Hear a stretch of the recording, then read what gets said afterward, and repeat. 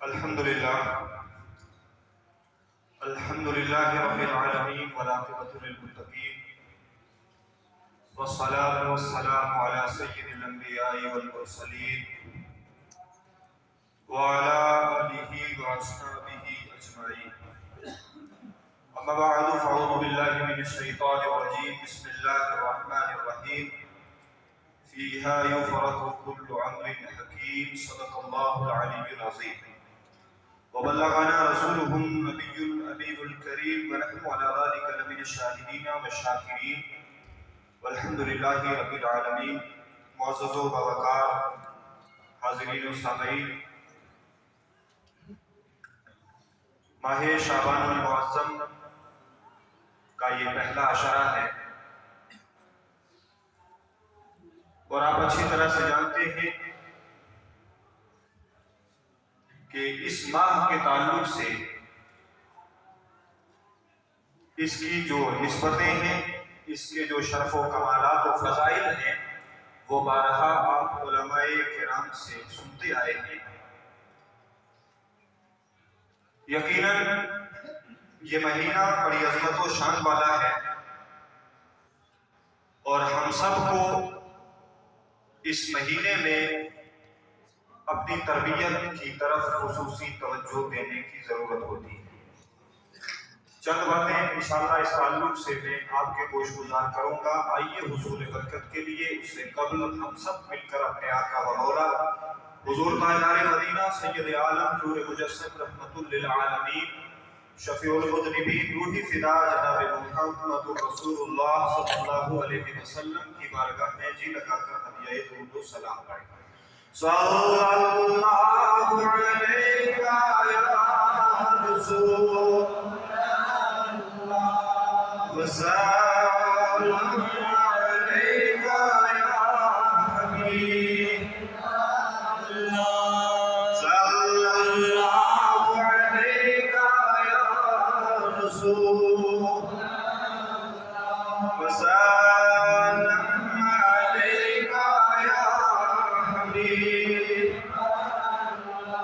صلی اللہ علیہ یا رسول اللہ وسلم صلاۃ و سلام علیک یا حبیب اللہ وعلی آلک و اصحابک یا شفیعنا عند اللہ. یہ وہ باعظمت مہینہ ہے جس کے تعلق سے سرکار کائنات صلی اللہ علیہ وسلم کا یہ مشہور فرمان احادیث کی کتب کے اندر موجود ہے. میرے آقا ارشاد فرماتے ہیں شعبان و شہری و رمضان و شہر اللہ، کہ یہ شعبان میرا مہینہ ہے اور رمضان اللہ کا مہینہ. اور جب رجب آتا، رجب کا مہینہ جب شروع ہوا کرتا تو آقا کریم صلی اللہ علیہ وسلم ان دونوں مہینوں کے لیے، رجب اور شعبان کے لیے برکت کی دعا فرمایا کرتے تھے اور ارشاد فرماتے اللہم بارک لنا فی رجب و شعبان وبلغنا الی رمضان. ارشاد فرماتے کہ اے مولا ہمارے لیے رجب اور شعبان کے مہینے میں برکتیں نازل فرما اور ہم سب کو بخیر و عافیت رمضان تک پہنچا دے. تو اس مہینے کی جو نسبتیں ہیں اور اس کے تعلق سے جو وارد احادیث کے اندر ارشادات میرے آقا و مولا حضور صلی اللہ علیہ وسلم کے ہیں اور جو واقعات اس سے منسلک ہیں وہ بڑے عظیم تر ہیں. اور ان میں سے خصوصی جو تحویل قبلہ کا حکم ہے وہ بھی اللہ رب العالمین نے حضور کی تمنا اور آپ کی جو خواہش تھی وہ پوری فرماتے ہوئے اسی ماہ اقدس کے اندر تحویل قبلہ کا جو حکم ہے وہ بھی نازل ہوا ہے. اور اسی طرح حضرت سیدنا امام علی مقام نواسہ رسول شہید کربلا سیدنا امام حسین رضی اللہ تعالیٰ عنہ کی ولادت کا جو مہینہ ہے وہ بھی یہی مہینہ ہے. اور اس کے علاوہ بہت ساری ایسی چیزیں ہیں جو اس کے ساتھ منسلک ہیں، ایسے واقعات ہیں جو اس مہینے کے ساتھ منسلک ہیں. اور بالخصوص اس مہینے میں پورے سال کی جو فہرست ہماری تیار کی جاتی ہے، کس نے آنا ہے دنیا میں، کس نے دنیا سے جانا ہے، کس نے حج کرنا ہے، کون یہاں رہے گا اور کون نہیں رہے گا، یہ سارے معاملات بھی اسی مہینے کے اندر طے کیے جاتے ہیں. تو اس لیے اس مہینے کی عظمت اور بھی بڑھ جاتی ہے. اسی لیے سیدہ عائشہ صدیقہ رضی اللہ تعالیٰ عنہ ایک روایت جو آپ نے ایک حدیث آپ سے جو مروی ہے وہ روایت فرماتے ہوئے ارشاد فرماتی ہیں کہ میں نے اللہ کے رسول صلی اللہ علیہ وسلم کو اس مہینے کے علاوہ شعبان کے علاوہ روزوں کے تواتر کے ساتھ جو آپ کا عمل تھا اس پر کبھی نہیں، یعنی میرے آقا صلی اللہ علیہ وسلم کا یہ معمول تھا کہ آپ تواتر کے ساتھ اس مہینے میں روزے رکھا کرتے، اور حضرت سلمان فارسی رضی اللہ تعالیٰ عنہ کی روایت ہے کہ آخری شعبان کے جب دن ہوتے تو صحابہ کرام رضوان اللہ تعالیٰ علیہ اجمعین کی مجمع کے اندر سرکار علیہ الصلوۃ والتسلیم کی تربیت فرمایا کرتے تھے رمضان کے تعلق سے، استقبال رمضان کے تعلق سے، کہ کس طرح سے ہم نے اس عظمت و شان والے مہینے کا استقبال کرنا ہے۔ وہ مہینہ جو عظمتوں والا ہے، شانوں والا ہے، بڑے شرف و کمال والا ہے، رحمت کے نزول والا ہے، مغفرت والا ہے، وہ مہینہ میرے آقا جب اپنے صحابہ کی تربیت فرماتے تو ارشاد فرماتے ہیں میرے صحابیوں وہ مہینہ تم پر عنقریب جلوہ افروز ہونے والا ہے، جو رحمتوں بھرا ہوگا، مغفرت والا ہوگا، اللہ کی رحمتیں اس میں عام ہو جائیں گی، مغفرتیں عام ہو جائیں گی، اور تم نے اس طرح سے اپنی تربیت کرنی ہے، اپنے نفس کو مارنے کی کوشش کرنی ہے اور اللہ کی طرف رجوع کرنا ہے تاکہ حقیقی معنی میں تم اس کے شرف سے شرف یاب ہو سکو۔ تو یہ شعبان کا مہینہ تمام جہتوں کو اگر آپ دیکھیں گے تو بڑی عظمتوں والا مہینہ ہے، اور اسی ماہ کے اندر حضور نبی اکرم صلی اللہ علیہ وسلم نے 2 نکاح بھی فرمائے، تو اس نسبت سے بھی اس کی بڑی عظمت و شان ہے۔ حضرت حفصہ رضی اللہ تعالیٰ عنہ کے ساتھ آپ کا نکاح اسی ماہ اقدس کے اندر ہوتا ہے، حضرت جویریہ رضی اللہ تعالیٰ عنہ کے ساتھ اسی ماہ اقدس کے اندر آپ کا نکاح ہوتا ہے، اور بالخصوص جو شب برات ہے 15ویں شب اس مہینے کی، اس پر تو صحابہ کرام سے لے کر اس امت کا آج تک تعامل رہا، ہمیشہ سے ایک خاص نگاہ اور عظمت کے طور پر اس کو سمجھا جاتا رہا ہے، اور خصوصی عبادات کا اہتمام کیا جاتا رہا ہے۔ حضرت سیدہ ام سلمہ رضی اللہ تعالی عنہا کی ایک روایت ہے، وہ بھی سرکار کے عمل جو اس مہینے میں خصوصی اعمال تھے سرکار کے، ایک تو اپنے صحابہ کرام کی تربیت فرمانا کہ رمضان آ رہا ہے اور رمضان کا استقبال تم نے کس طرح سے کرنا ہے، کس تیاری کے ساتھ اس مہینے میں داخل ہونا ہے تاکہ حقیقی طور پر ہم سب اس سے مستفیض و مشرف ہو سکیں، اور پھر خود سرکار اپنے عمل سے کر کے بتاتے تھے اور مسلسل روزے رکھتے تھے۔ اسی تعلق سے ایک روایت سیدنا ام سلمہ رضی اللہ تعالیٰ عنہ کی، جس کا مفہوم یہ ہے، وہ فرماتی ہیں کہ میں نے حضور کو شعبان اور رمضان کے علاوہ کبھی بھی پوری زندگی میں مسلسل اور متواتر روزے رکھتے ہوئے نہیں، اور اتنے تواتر کے ساتھ سرکار علیہ الصلوۃ والتسلیم روزے رکھا کرتے تھے۔ اور بھی روایتیں اس کے علاوہ موجود ہیں جن کا مفہوم یہ ہے کہ سرکار شعبان میں روزے رکھتے رکھتے اس مہینے کو رمضان سے ملا دیا، اور اس تعلق سے جب سرکار علیہ الصلوۃ والتسلیم سے پوچھا گیا آپ کے اعمال کے تعلق سے، شعبان بھر کے روزے رکھنے کے تعلق سے، سرکار علیہ الصلوۃ والتسلیم نے جو ارشاد فرمایا وہ بھی احادیث کے اندر موجود ہے۔ حضرت سیدنا اسامہ بن زید رضی اللہ تعالیٰ عنہ کی ایک روایت ہے، وہ روایت جس کا مفہوم یہ ہے، وہ فرماتے ہیں کہ سرکار علیہ الصلوۃ والتسلیم نے ارشاد فرمایا یہ مہینہ رجب اور رمضان کے درمیان میں واقع ہوتا ہے، یعنی شعبان کا جو مہینہ ہے رجب کے بعد آتا ہے، رمضان سے پہلے آتا ہے، یہ درمیانہ مہینہ ہے، اور اس مہینے سے عموماً لوگ جو ہیں وہ غفلت کیا کرتے ہیں، غفلت برتتے ہیں۔ تو سرکار نے فرمایا لیکن حقیقت میں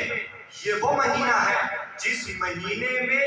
بندوں کے اعمال اللہ کی بارگاہ میں پیش کیے جاتے ہیں، تو اس لیے سرکار فرماتے ہیں میری یہ خواہش ہے جب میرے اعمال رب کی بارگاہ میں پیش کیے جائیں تو اس حال میں کیے جائیں کہ میں روزے کی حالت میں۔ سبحان اللہ، کتنا عظیم مقام اور مرتبہ ہے روزے کا، اور سرکار علیہ الصلوۃ والتسلیم فرماتے ہیں کہ یہ رب کی پسندیدہ عبادت ہے یہ روزہ، تو حضور فرماتے ہیں کہ میں اس حالت میں، چونکہ سرکار کی کوئی حالت بھی تو اللہ کی عبادت سے خالی نہیں ہے، وہ جس حال میں ہے وہ اللہ کی طرف توجہ کیے ہوئے ہیں، مگر اس کے باوجود اپنی امت کی تربیت کے لیے سرکار فرماتے ہیں کہ میں اس حال میں اپنے اعمال کو رب کی بارگاہ میں دیکھنا چاہتا ہوں کہ میں اس حالت میں ہوں، روزے کی حالت میں، اور میرے اعمال رب کے حضور پیش کیے جاتے ہیں۔ اور سیدہ عائشہ کی ایک روایت اس تعلق سے موجود ہے، وہ فرماتی ہے سرکار نے ارشاد فرمایا کہ اس ماہ میں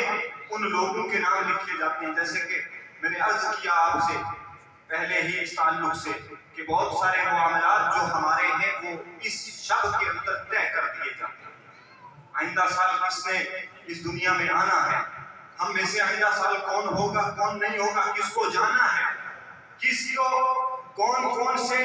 مقامات ملنے والے ہیں، اور کس سے کیا کیا واپس لیا جانا ہے، یہ ساری تیاری اسی مہینے کی اسی شب میں کی جاتی ہے۔ اسی طرف اشارہ کرتے ہوئے آقا کریم صلی اللہ علیہ وسلم کے اس فرمان کا مفہوم ہے، سیدہ عائشہ فرماتی ہیں کہ اس ماہ میں ان لوگوں کے اعمال اور ان کے نام لکھے جاتے ہیں جنہیں اس سال موت آنے والی ہے۔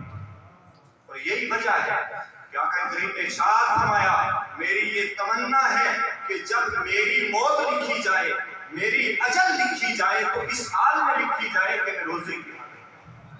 اور سرکار علیہ الصلوۃ والتسلیم کو اس ماہ سے خصوصی ایک تعلق تھا، اسی لیے سرکار نے فرمایا کہ یہ مہینہ میرا مہینہ ہے، اور رمضان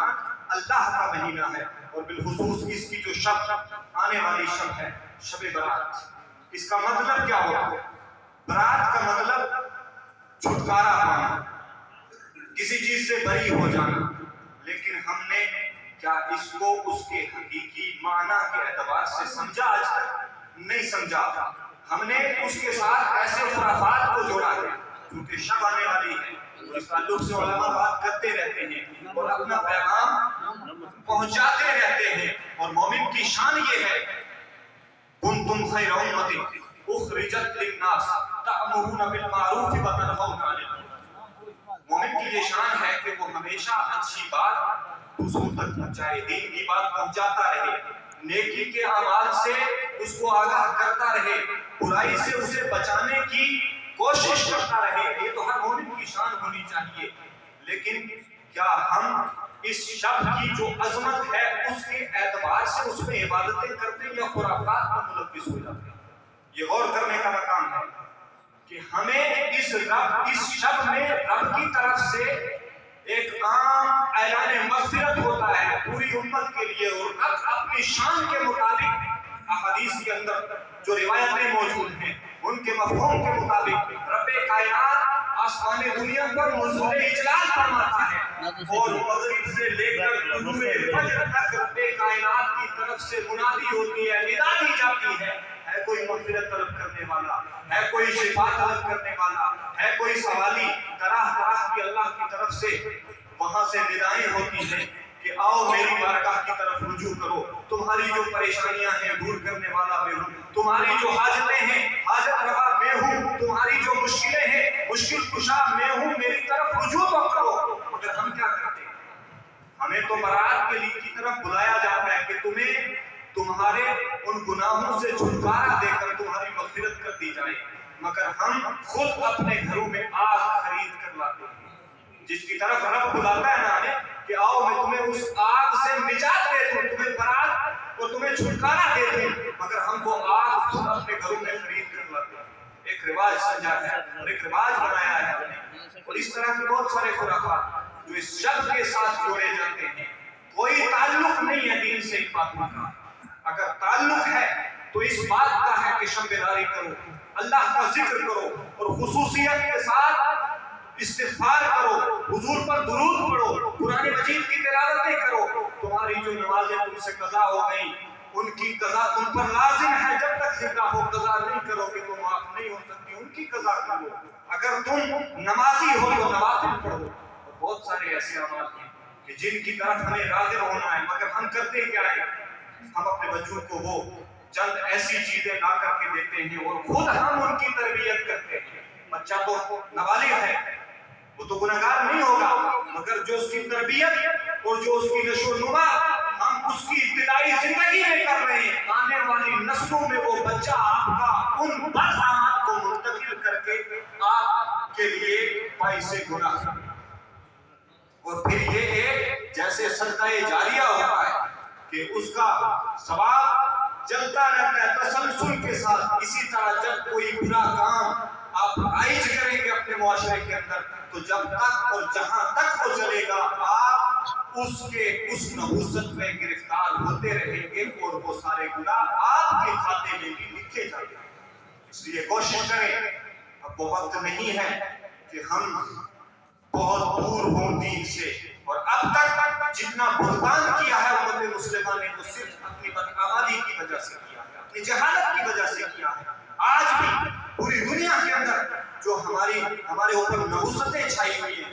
ہمارے اوپر جو غلامی کے اثرات ہیں، جو ایسے حکمران ہمارے اوپر مسلط ہیں، اس کی واحد وجہ یہ ہے کہ ہم نے اصل دین کے راستے کو چھوڑ کر کے یہودیت اور مغربیت کو اپنے اوپر مسلط کر لیا ہے۔ ورنہ کون سا دین ہے اس کے مقابلے میں، کون سا ایسا اصول ہے دنیا کے کسی مذہب کے اندر جو پوری زندگی کی ہماری ترجمانی اور رہنمائی کرتا ہو؟ پوری دنیا کا کوئی مذہب نہیں ہے جو مذہب اسلام کے بالمقابل، اور یہ وہ مذہب ہے جو اللہ کا پسندیدہ مذہب ہے، جس کی ترجمانی کے لیے، جس کو پہنچانے کے لیے سرکار کائنات صلی اللہ علیہ وسلم کو ہمارے درمیان مبعوث کیا گیا، اور قیامت تک یہ سلسلہ چلے گا۔ ایسا نہیں کہ ہم دین سے ہٹ گئے تو دین ختم ہو جائے گا، نہیں،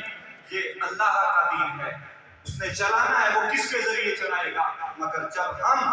حضور کا کلمہ پڑھتے ہیں، خود کا نام مسلمانوں والا رکھتے ہیں اور خود کو مسلمان ظاہر کرتے ہیں، اس کے باوجود ہم اپنے ہی دین کی مخالفت کرتے ہیں، تو ہم سے بڑا کون اتنا بڑا بدبخت ہوگا، ہم نصیب ہوگا کہ ہم جوڑے بھی خود کو ادھر اور غداری بھی اسی دین کے ساتھ کریں۔ اس لیے کوشش کریں اپنے معاشرے کے اندر بچوں کو بلا شبہ آپ لاڈ اور پیار دیتے ہیں اور دینا چاہیے، اس پر بھی آپ کو ثواب ہے، لیکن ان چیزوں میں لاڈ اور پیار ہوتا ہے جو شریعت کے منافی نہ ہو۔ اگر کوئی ایسا کام آپ کر رہے ہیں جو شریعت کے منافی ہے، وہ اس پر آپ کو کوئی ثواب نہیں ملے گا، بلکہ آپ کے کھاتے میں اس بچے کی طرف سے بھی عذاب ڈالا جائے گا، کیونکہ وہ تو ابھی نابالغ اور غیر مکلف ہے۔ اس لیے کوشش کریں کہ اس آنے والے شب کو اور اس مہینے کو اس طرح سے گزاریں اور گزارنے کی کوشش کریں، اپنے نفس کو اس طرح مائل کریں جس طرح سرکار علیہ الصلوۃ والتسلیمات کے ارشادات و فرمودات موجود ہیں، تاکہ ہم اس دنیا میں بھی فلاح پا سکیں اور ہماری آخرت بھی اللہ رب العالمین اس وقت کے توسل سے کامیاب کر دے۔ اللہ تعالی ہم سب کی حاضری کو اپنی بارگاہ میں قبول فرمائے اور عمل حسنہ کی توفیق عطا فرمائے، اور یہ دو تین